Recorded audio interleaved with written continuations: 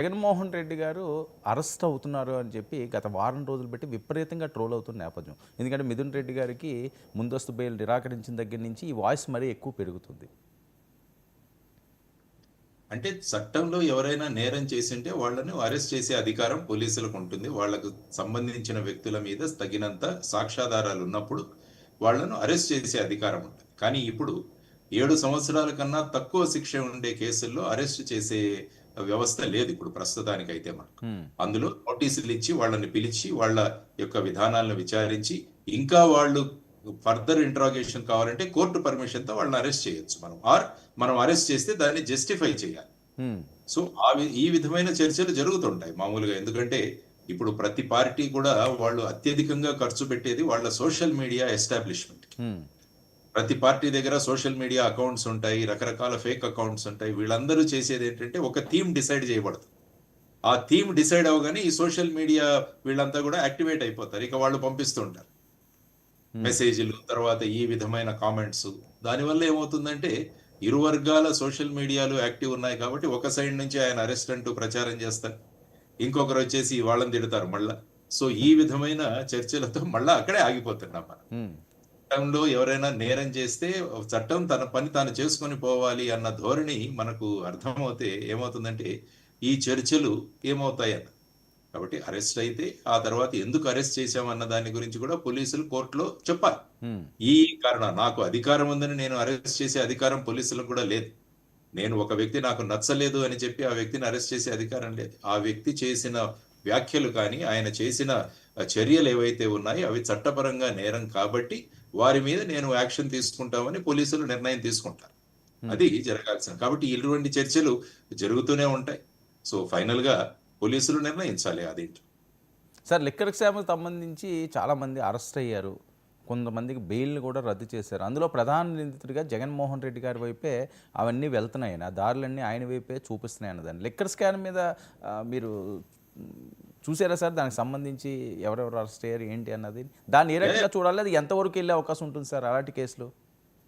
ఎందుకంటే బేసిక్‌గా ప్రభుత్వానికి ఏ విధంగా నష్టం కలిగింది అన్నది అన్ని లిక్కర్ స్కామ్స్‌లో గూడా. హ్మ్. ఎందుకంటే ఈ లిక్కర్ హ్మ్. స్కామ్ అవును. కేవలం మన రాష్ట్రానికే కాదు, ఢిల్లీ నుంచి మొదలైంది అవును. Liquor scam. కాబట్టి ఎందుకంటే ప్రతి ప్రభుత్వానికి లిక్కరే ప్రధానమైన ఆదాయంగా మారింది. ఎక్కడైతే ఆదాయం ఉంటుందో అక్కడ ఏదైనా ఈ విధమైన చర్యలు తీసుకుంటే ప్రభుత్వ ఆదాయానికి మనం తగ్గించి దాన్ని మనం ఏ విధంగా లాభపడతాము అన్నది లిక్కర్ స్కామ్‌లో ఉన్న విషయం బేసిక్‌గా మీరు చూసుకుంటే. కాబట్టి ఈ లిక్కర్ స్కామ్‌లో గూడా అనేక మందిని అరెస్ట్ చేశారు. వారందరిని కూడా రిమాండ్స్ మీరన్నట్టు బెయిల్స్ కొంతమందివి క్యాన్సిల్ అయ్యాయి. సో, ఇన్వెస్టిగేషన్ యొక్క బాధ్యత ఏంటంటే ఫైనల్‌గా దీన్నే కాన్స్పిరసీ అంటాం మనం ఎప్పుడూ కూడా. ఒక నేరాన్ని చేసినప్పుడు చాలా మంది సమావేశమై ఈ క్రైమ్‌ని ఎలా చేయాలి అని నిర్ణయిస్తారు. హ్మ్. దాన్నే క్రిమినల్ కాన్స్పిరసీ అంటాం. అందరం కలిసి చేసిన వాటి. కాబట్టి ఆ క్రిమినల్ కాన్స్పిరసీ లాజికల్ ఎండ్‌కి వెళ్ళాలి. అంటే ఫైనల్‌గా బెనిఫిషియరీ ఎవరు దీంట్లో? ఎవరెవరు బెనిఫిషియరీస్ ఇందులో? ఎవరి ఆదేశాల వల్ల జరిగాయి? ఆ తర్వాతొచ్చేసి ఈ మనీ ఎలా రూట్ అయింది? ఈ మనీ ఎక్కడ పార్క్ చేయబడింది? ఇవన్నీ కూడా ఇన్వెస్టిగేషన్‌లోని అంశం. హ్మ్. అంటే ఒక పక్క ఎస్ఐటీ అనుకుంటాను. వాడు ఒక ఎస్ఐటీ చేస్తోందనుకుంటాను హ్మ్. ఇన్వెస్టిగేషన్. అవునండి. మరొక వైపు ఎన్ఫోర్స్‌మెంట్ డైరెక్టరేట్ కూడా వారు కూడా ఇన్వెస్టిగేషన్ చేస్తున్నారని చూస్తుంది. కాబట్టి ఎన్ఫోర్స్‌మెంట్ డైరెక్టరేట్ వాళ్ళెప్పుడు కూడా మనీ లాండరింగ్ ఎలా జరిగింది? అంటే ఈ బ్లాక్‌ని వైట్‌గా కన్వర్ట్ చేయడం ఎలా జరిగింది అందులో? అంటే ఒక నేరం చేసి దాని నుంచి డబ్బు సంపాదించిన డబ్బుల యొక్క రూపాంతరం ఏ విధంగా జరిగిందన్నదే మనీ లాండరింగ్. ఎస్ఐటీ వాళ్ళు ఏం చేస్తారంటే ఇందులో నేరం ఎలా జరిగింది? ఏ ఏ చట్టాలను ఉల్లంఘించడం జరిగిందని చెప్పేసి వాళ్ళు చేస్తారు. హ్మ్. కాబట్టి ఈ ప్రాసెస్‌లో ఎవరు కూడా ఎవరైనా నిజంగా ఇన్వాల్వ్ అయ్యుంటే వారి మీద కూడా చర్యలు తీసుకోవాలి. ఓకే. కానీ దానికి కావాల్సిందేంటంటే సాక్ష్యాధారాలు అల్టిమేట్. హ్మ్. అంటే సాధారణంగా ఎలా చేస్తుంటారంటే ఇవన్నీ కూడా ఆరుబయట జరిగే విషయాలు కాదు. ఇవన్నీ ఏసీ రూముల్లో కూర్చొని నిర్ణయించిన విషయాలు ఇవన్నీ కూడా. కాబట్టి అక్కడ మీకు డైరెక్ట్‌గా సాక్ష్యాధారాలు దొరక్కపోవచ్చు. హ్మ్. కానీ దాని నుంచి సర్కమ్‌స్టాన్షియల్ ఎవిడెన్స్ అంటాం. అంటే ఆ పరిస్థితులలో ఏర్పడినవి, అక్కడ జరిగిన విషయాలు వీటన్నిటిని కలిపి ఒక కేసుని లాజికల్ కన్క్లూషన్‌కి తీసుకువెళ్ళడం జరుగుతుంది. కాబట్టి దీని ద్వారా కేసును ఏ విధంగా ముందుకు తీసుకువెళతారు, ప్రతి వ్యక్తి మీద ఎవిడెన్స్ ఉండడం చాలా అవసరం. అందులో సాక్ష్యాధారాలు ఉండడం దొరకడం అవసరం. సో ఎస్ఐటి వాళ్ళు వాళ్ళ పని చేసుకుంటూ వెళ్తున్నారు. చూద్దాం ముందు ఎక్కడికి తీసుకువెళ్తారో వాళ్ళు అన్నది మనం చూడాల్సిన అంశం. సార్ ఇలాంటివన్నీ కూడా ఈ ఈ కేసుల్లో ఎక్కువగా నాన్ బెయిలబుల్లే ఉంటాయండి సెక్షన్‌లో? నాన్ బెయిలబుల్ సెక్షన్సే ఉంటాయి. ఎందుకంటే 7 సంవత్సరాలు అన్ని నాన్ బెయిలబులే. 7 సంవత్సరాల కన్నా ఎక్కువ శిక్షణ, 7 సంవత్సరాల కన్నా తక్కువ శిక్షణ అని మనం ఆలోచించాలి. ఓకే. ఎక్కడైతే 7 సంవత్సరాల కన్నా ఎక్కువ శిక్ష ఉంటుందో అక్కడ పోలీసులు కోర్టు యొక్క పర్మిషన్ లేకుండా అరెస్ట్ చేసే అవకాశం ఉంటుంది. కానీ 7 సంవత్సరాల కన్నా తక్కువ శిక్ష ఉన్నప్పుడు వాళ్ళని అరెస్ట్ చేయకుండా నోటీసులు ఇవ్వాలని చెప్పేసి అరుణేష్ కుమార్ జడ్జిమెంట్ లో సుప్రీంకోర్టు నిర్ణయించడం జరిగింది. కాబట్టి ఇప్పుడు మీరు చూస్తే కూడా చాలా మంది కొన్ని మ్యాటర్స్ హైకోర్టులోకి తీసుకువెళ్తున్నారు. వారు ఏమంటారు, ఈ అరుణేష్ కుమార్ జడ్జిమెంట్ 41A అనేవాళ్ళు ఇప్పుడు 35 నోటీస్ అయింది అది BNSS లో. సో నోటీసులు ఇచ్చి వాళ్ళని పిలిపించండి అంటారు. సో ఆ విధంగా ఇప్పుడు వీళ్ళందరినీ అరెస్ట్ చేశారంటే వీళ్ళ మీద ఉన్న నేరాలు ఏవైతే ఉన్నాయో అవన్నీ కూడా 7 సంవత్సరాల కన్నా ఎక్కువ శిక్ష ఉండే సెక్షన్లే అయి ఉంటాయి కాబట్టి వాళ్ళని అరెస్ట్ చేశారు డైరెక్ట్. ఓకే. సార్ మరొక అంశం, జగన్మోహన్ రెడ్డి గారికి థ్రెట్ ఉంది. ఆయనకి సెక్యూరిటీ అది సరిగ్గా కల్పించట్లేదు. గతంలో ఆయన సీఎంగా ఉన్నప్పుడు కూడా అలాంటి పరిస్థితి ఉన్నది కాబట్టి ఆయన హెలికాప్టర్లో వెళ్తున్నా చెట్లు నరికించుకోవడం, లేకపోతే పెద్ద ఎత్తున పోలీసులందరినీ మోహరించకుండా ఆయన క్యాంపులకు వెళ్ళడం ఇలాంటివి చేస్తుండేవారని.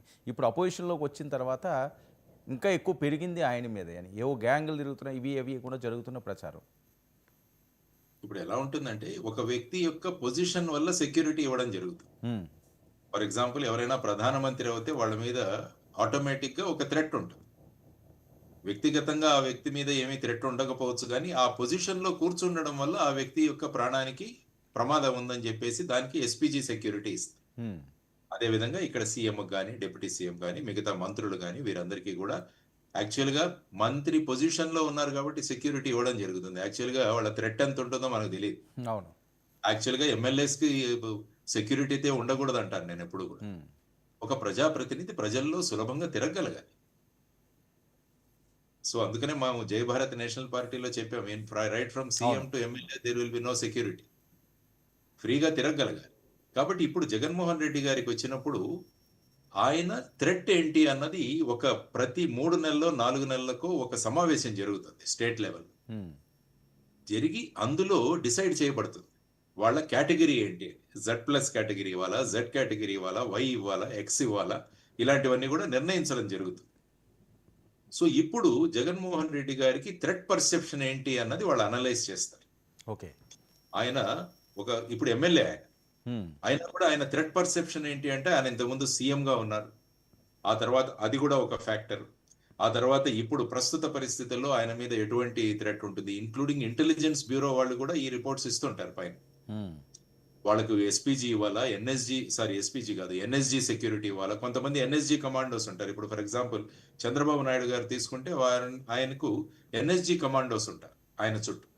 అంటే ఆయన ప్రొటెక్షన్ అన్నది స్టేట్ పోలీస్ కాకుండా NSG కమాండోస్ ఇస్తారు. ఎందుకంటే ఇది సెంట్రల్ నుంచి నిర్ణయించబడింది. సో ఆ విధంగా నిర్ణయించబడిన తరువాత ఆ సెక్యూరిటీ ఇవ్వాల్సిన బాధ్యత ప్రభుత్వానికి. ఎందుకంటే రేపు ఆ వ్యక్తికి ఏదైనా జరిగితే ఆ బాధ్యత ప్రభుత్వం వహించాల్సి ఉంటుంది. ఎందుకంటే సెక్యూరిటీ ల్యాప్సెస్ వల్ల మనం ఎంతో మందిని కోల్పోయాం. ఫర్ ఎగ్జాంపుల్ ఇందిరాగాంధీని వాళ్ళ ఓన్ సెక్యూరిటీ గార్డ్స్ వాళ్ళను అంతం చేయడం జరిగింది.